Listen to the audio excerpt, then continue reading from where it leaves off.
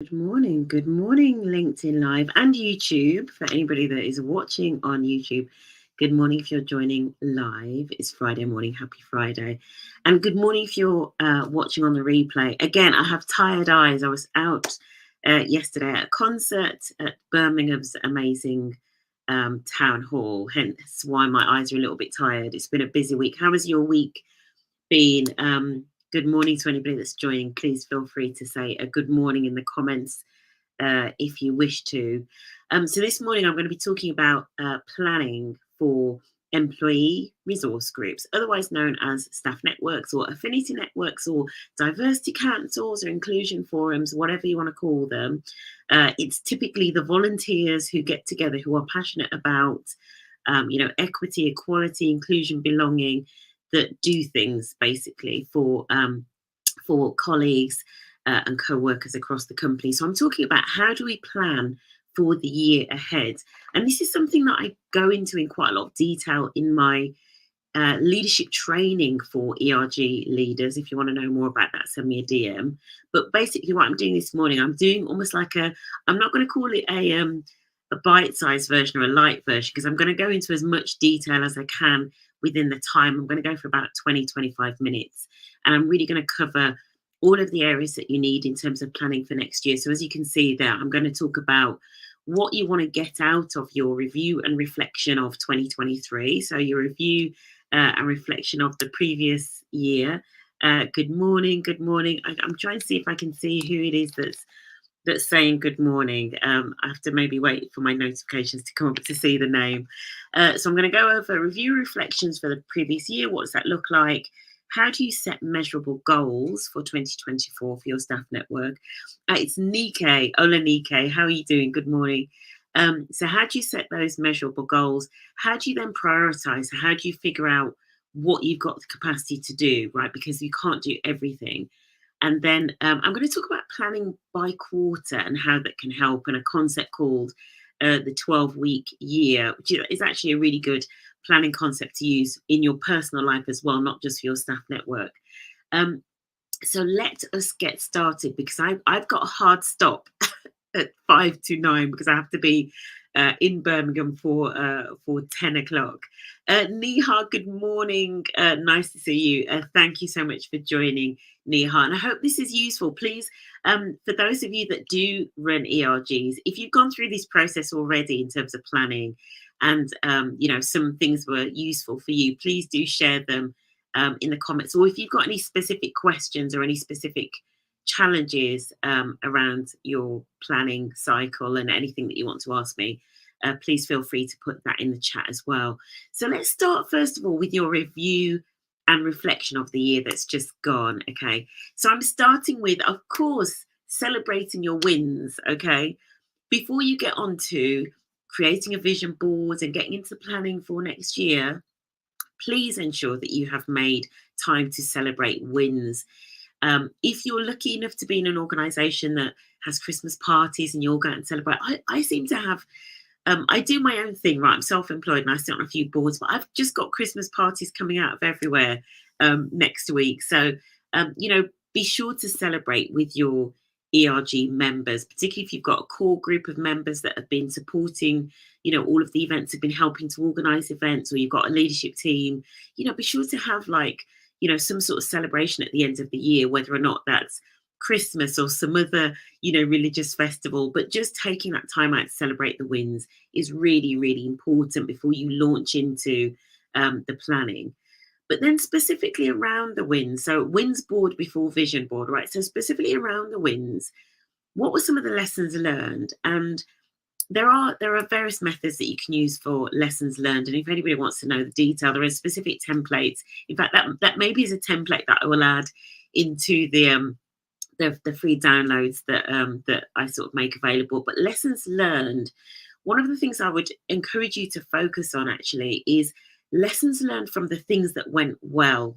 Because sometimes we tend to focus on lessons learned when things didn't go well, right? Our human nature tends to focus on the negative, but actually we can often learn more about how to replicate success by focusing on the things that went well. So what I would say is, when you reflect back on the last year that you've just been through as a staff network, what were the 2 or 3 things that went really well? And they could be a specific event, it could be a specific policy change. So maybe the staff network was instrumental in getting a specific policy change or a specific process, and it went really well. The feedback was really good, etc. What was it about that? And really unpacking that in terms of, who was involved. Was there a specific senior leader that helped to pave the way or build some bridges, or a specific stakeholder group? Was the activity ring fenced within the staff network itself, such that actually you could kind of do it all yourself and it made it easier to get it done?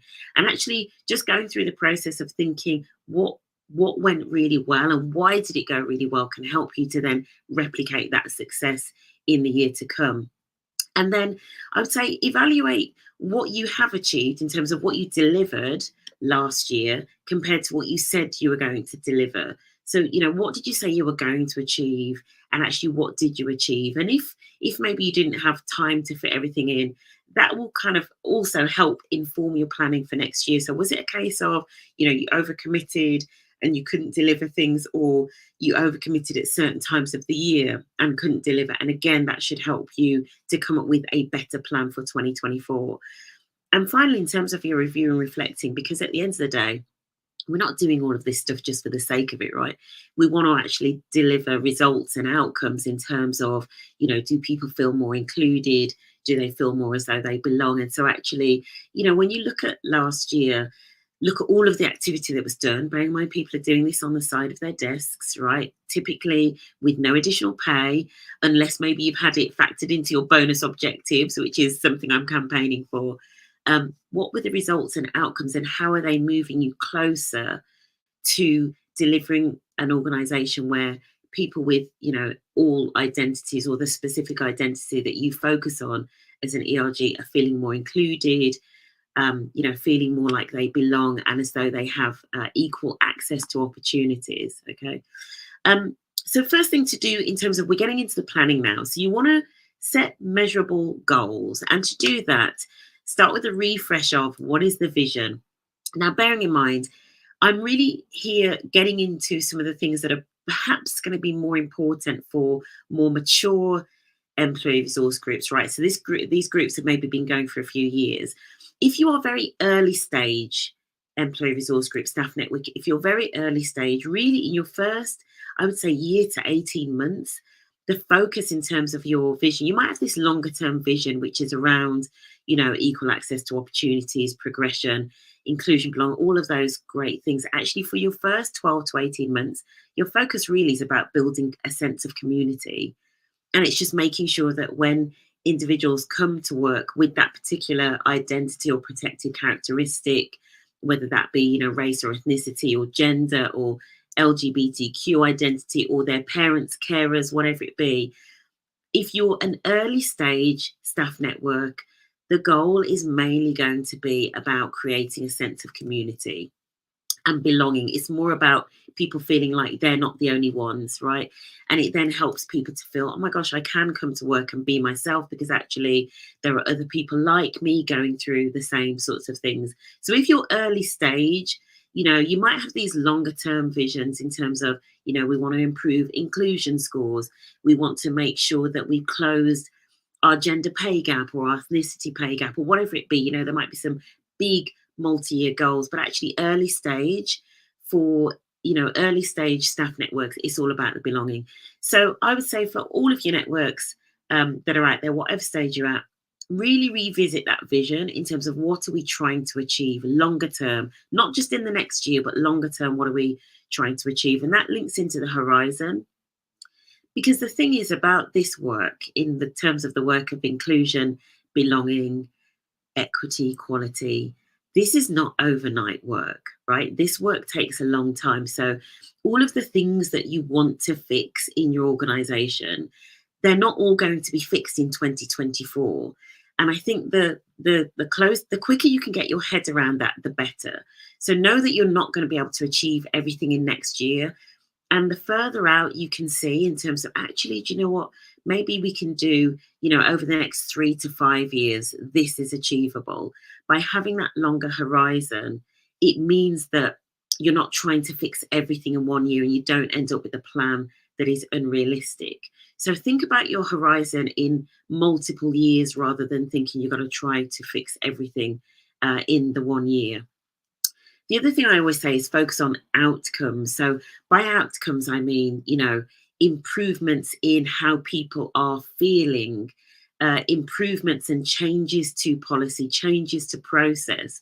So it's very tempting sometimes for staff network to focus on things like, how much time and effort we're putting into our awareness days and our history months and our heritage months and all of that sort of thing, which, is great. And those things will move the dial in certain ways. But, we really want measurable outcomes. So things like, things that we measure in our staff surveys, right? Those are the things that we want to see.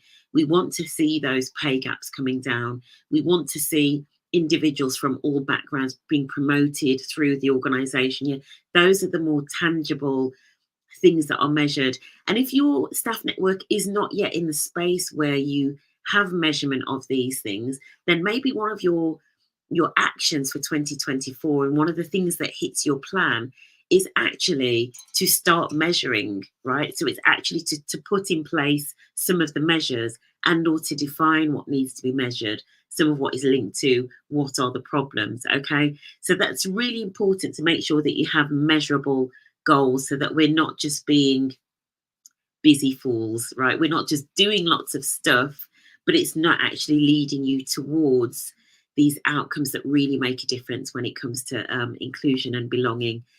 And then let's get into the actual activity of, okay, so we've kind of got some of the theory and the setting the context of how we come up with a plan. How do we actually come up with a practical plan of action that we can actually take steps towards delivering for next year so that everybody knows what they're doing?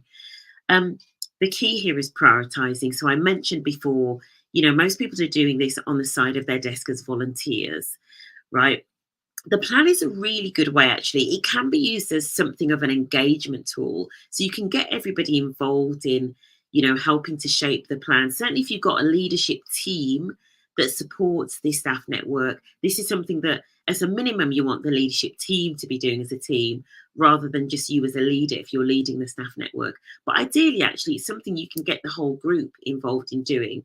Right, so you want to get the whole group together for a session, maybe like a 2-hour session to look at the plan. And you want to start with a brainstorm. Now, if we had all of the time in the world, I would take you through some of the different types of brainstorming techniques that you can use to make sure that everybody's voice is heard. But in short, you start with a silent brainstorm, right? Always start with a silent brainstorm.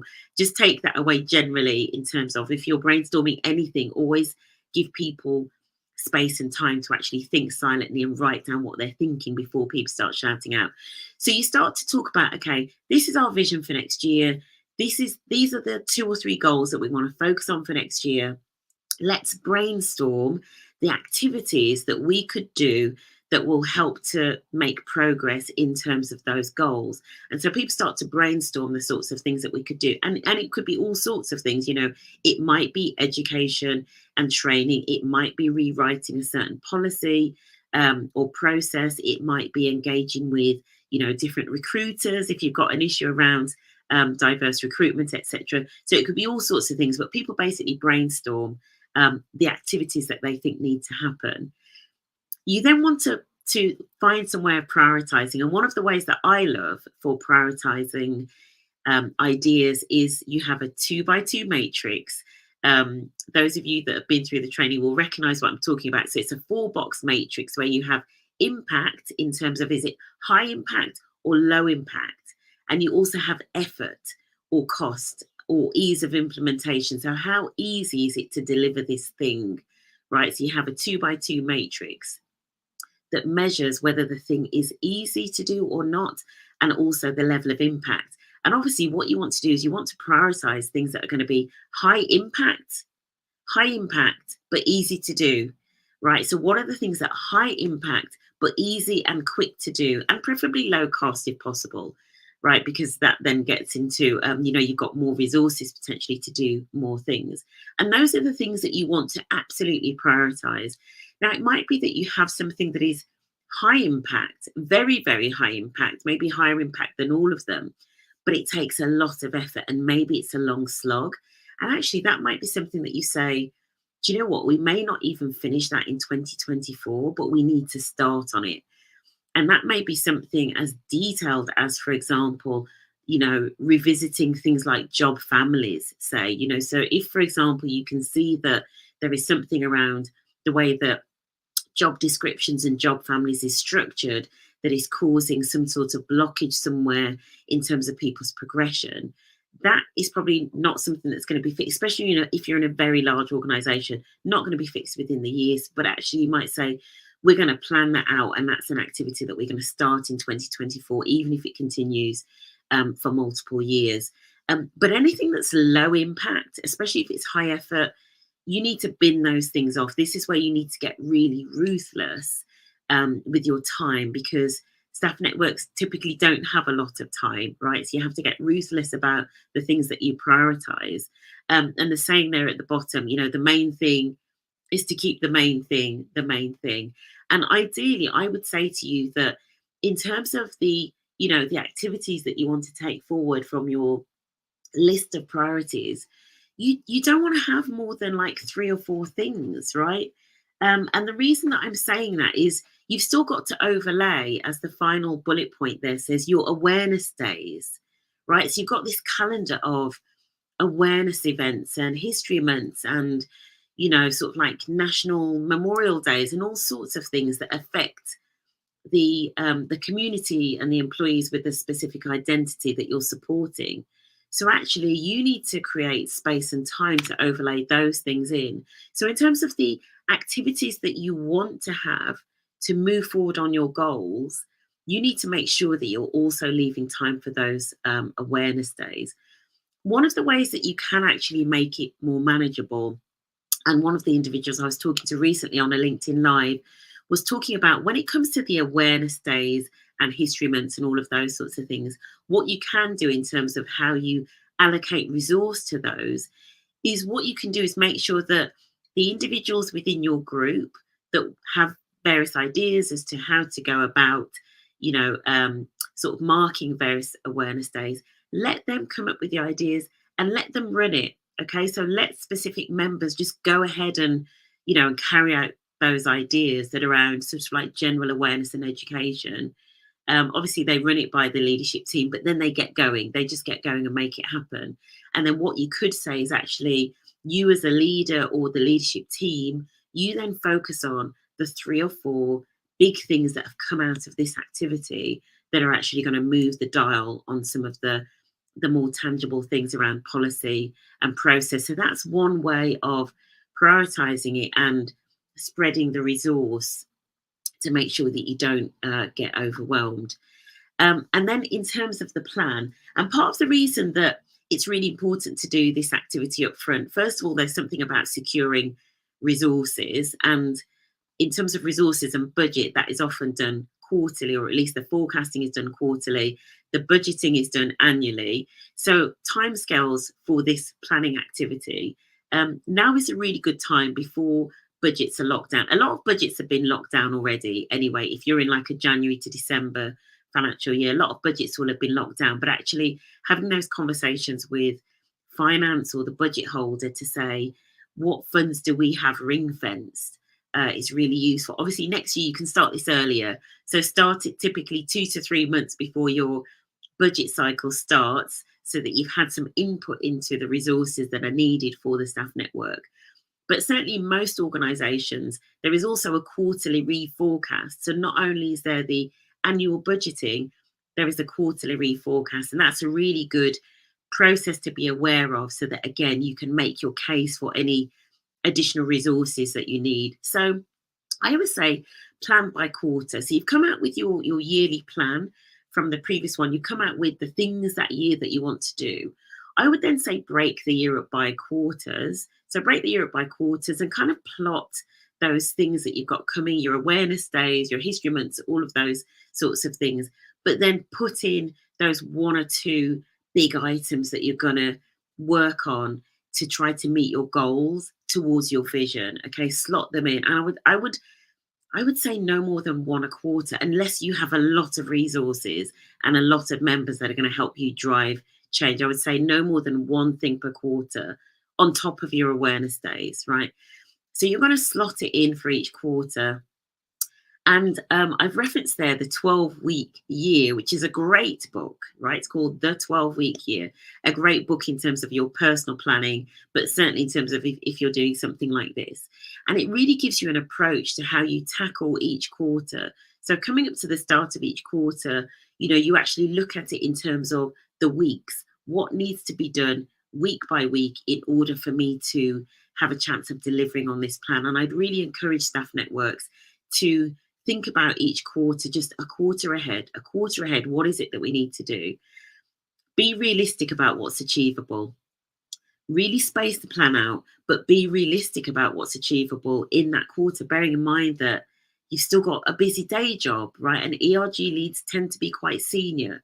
So be very realistic about what is doable. And also factor in things like holidays and things like the summer months. So for what is Q3 for a lot of people, so July, August, probably not going to be able to achieve very much. So factor that into the plan. Yeah, don't have your Q3, or maybe even like this time of year, December, as like a busy quarter for delivery, because actually, people are on holiday. The other thing I would say is, once you've got the shape of something that looks like a quarterly plan, have conversations with your HR or D&I lead in your organization to make sure that they feel the plan looks realistic and they can support you in that plan.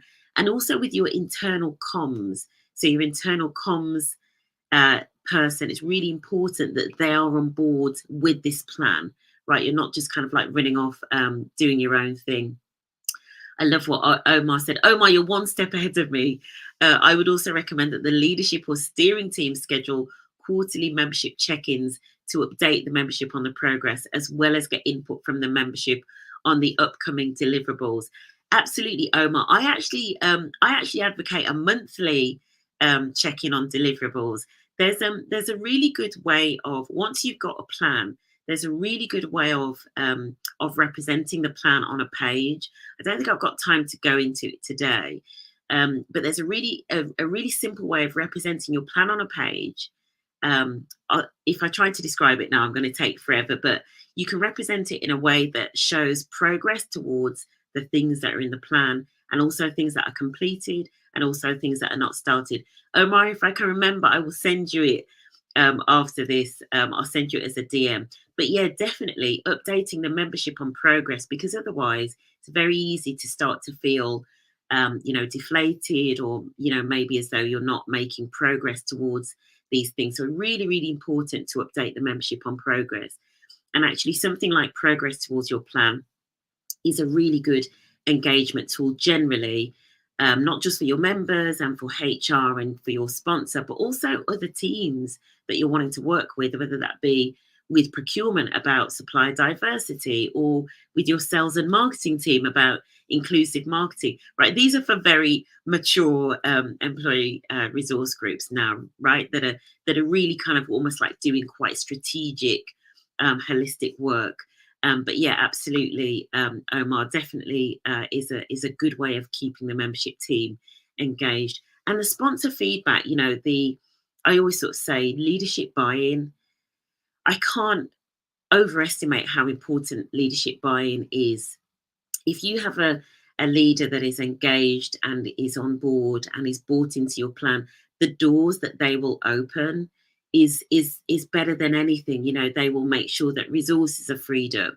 They will help you deal with resistance and backlash. And I haven't talked about that too much in here, because I wanted to kind of keep it positive and rainbows and unicorns. But there is something about in this plan, and in terms of when you're going into next year, reading the room.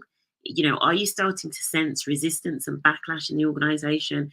Going through this process effectively, and really identifying key stakeholders, key allies who you can muster support with is really important. But also understanding, is there really influential people that maybe are starting to be a little bit resistant and are maybe suggesting that some of this be deprioritized? How do you use those allies, and how do you use your sponsor to help deal with some of those individuals. Again, stakeholder management is something I talk about a lot in my training course because it's so important. So yeah, the sponsor feedback, absolutely key.